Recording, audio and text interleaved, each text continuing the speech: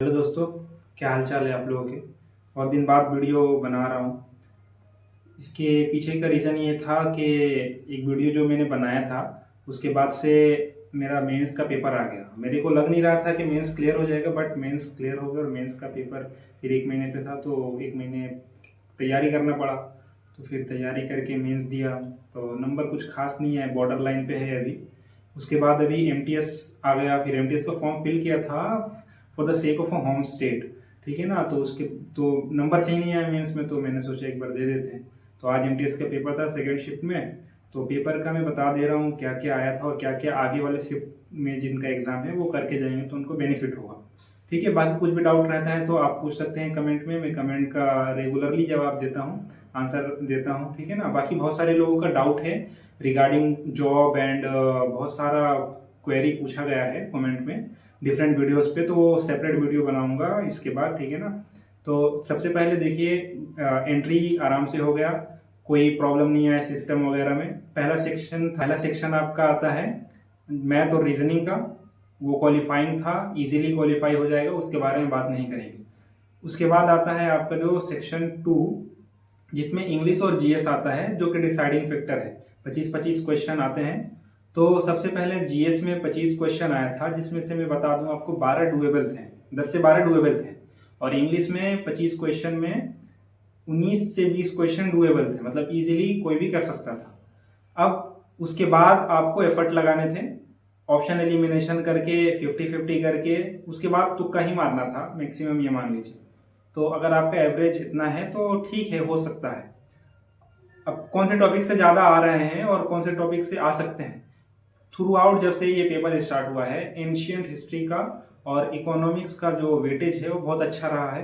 तो अगर आप अभी आपका एग्जाम थोड़ा सा 4 दिन 5 दिन के बाद है या लास्ट में है, तो आप ये दोनों टॉपिक अच्छे से करके जाइए।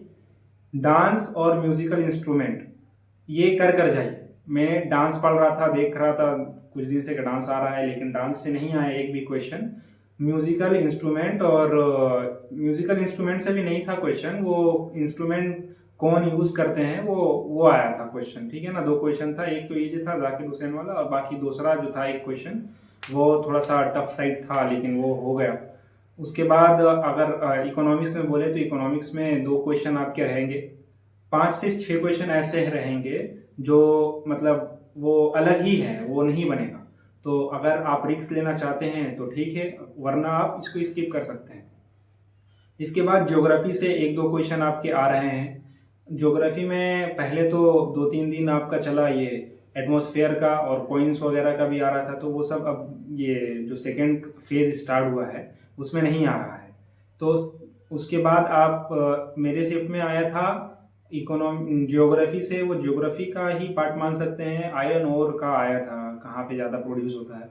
और एक ही क्वेश्चन याद आ रहा है ज्योग्राफी से। साइंस बहुत ज़्यादा आ रहा है तो उसको आप पढ़कर जाइए। 2 क्वेश्चन फिजिक्स के आए थे, दोनों इजी थे, दोनों बन सकते हैं।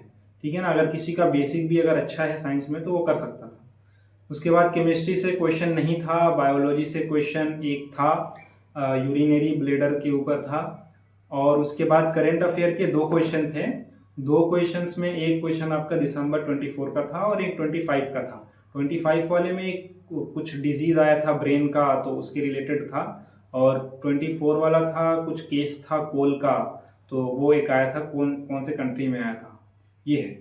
इसके बाद आपका टॉपिक ये है। तो आप करेंट अफेयर में जो हम लोग पर्टिकुलरली पढ़ते हैं, कौन सा स्पोर्ट्स कहाँ हुआ, कौन सा सबमिट कहाँ हुआ, तो ये अभी आया नहीं है। ठीक है ना, तो करेंट अफेयर इसी हिसाब से पढ़ना है आपको। और इसके बाद आपका हिस्ट्री में आपका बता दिया, एंशियंट हिस्ट्री बहुत ज़्यादा है, एंशियंट और मॉडर्न। मिडिवल से है, एक क्वेश्चन था मिडिवल से, एक क्वेश्चन मॉडर्न से था, और 2 क्वेश्चन आपके थे एंशियंट के। तो आप हिस्ट्री अच्छे से करके जाना है।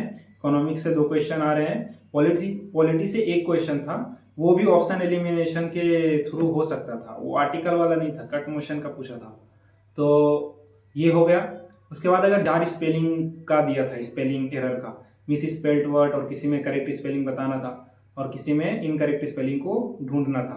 तो ये हो गया, 4 क्वेश्चन थे, 4 क्वेश्चन मायने रखते हैं। 5 क्वेश्चन वॉइस के थे, नरेशन का कोई भी सवाल नहीं था। ठीक है। और वॉइस के जो क्वेश्चन थे वो एकदम इजी थे, वर्ब देख के आप बना सकते थे। पैसेज आया, पैसेज 5 से 6 क्वेश्चन, 5 क्वेश्चन था शायद, या मेरे को 6 लग रहा था, मैंने काउंट नहीं किया। तो पैसेज इजी था, जिसको इंग्लिश समझ आता है वो इजीली कर देगा, ठीक है ना। डायरेक्ट क्वेश्चन, डायरेक्ट आंसर नहीं था, बट वो थोड़ा सा घुमा के था, लेकिन जिसको समझ आता है इंग्लिश वो कर देगा। इसके बाद जो क्वेश्चन था आपका इंग्लिश में, एंटो सीनो से 3 क्वेश्चन थे, तीनों इजी थे। 1 वर्ड के 2 क्वेश्चन थे, दोनों इजी थे। 2 ईडियम था, ईडियम थोड़ा सा अलग था, मेरे से नहीं बन पाया, एक गलत हो गया और एक आंसर लग गया, वो भी वो तुक्का लगा। तो उसके बाद आपका, तो ईडियम आपको अच्छे से करके जाना है। बाकी एंटोसिनो तो हो जा रहा है ऑप्शन एलिमिनेशन से, बट थोड़ा ईडियम्स में प्रॉब्लम होगा। एक प्रीपोजिशन का था क्वेश्चन, ठीक है ना, वो बिजी का था, बिजी विथ और बिजी एट में, ये अभी कंफ्यूजन है क्या होगा। और ये हो गया आपका ग्रामर से, मतलब जो एरर वाला क्वेश्चन आता है वो एक भी नहीं था मेरे शिफ्ट में। स्पेल का सबसे ज़्यादा क्वेश्चन था, वॉइस का था और ये पैसेज का था। तो यहीं से आपका 5 5 10 और 14 क्वेश्चन यहीं से बन जा रहा है, ठीक है ना। दो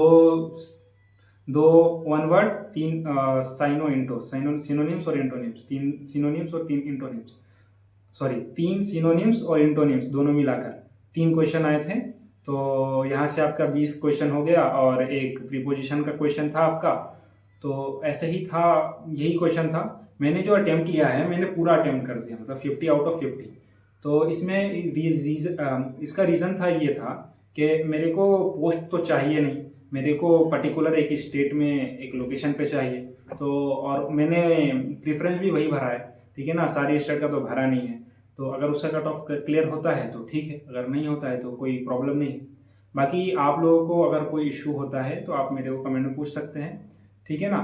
और अगर कोई प्रॉब्लम होता है, कुछ भी डाउट होता है किसी भी चीज़ के रिलेटेड, तो आप कमेंट में पूछें, मैं ज़रूर आपको रिप्लाई देने की कोशिश करूँगा। और इसके अलावा जो भी इसके बाद का प्रोसेस है वो अगले वीडियो में हम लोग डिस्कस करेंगे, ठीक है ना। कट ऑफ कितनी जा सकती है, लेवल के हिसाब से क्या हो सकता है, नॉर्थ में, साउथ में, बाकी जो भी अलग अलग डिपार्टमेंट, सारे चीज़ों के बारे में बात करेंगे, ठीक है। बाकी मेंस के रिलेटेड में मैं वीडियो बनाऊंगा, कैसा गया क्या रहा।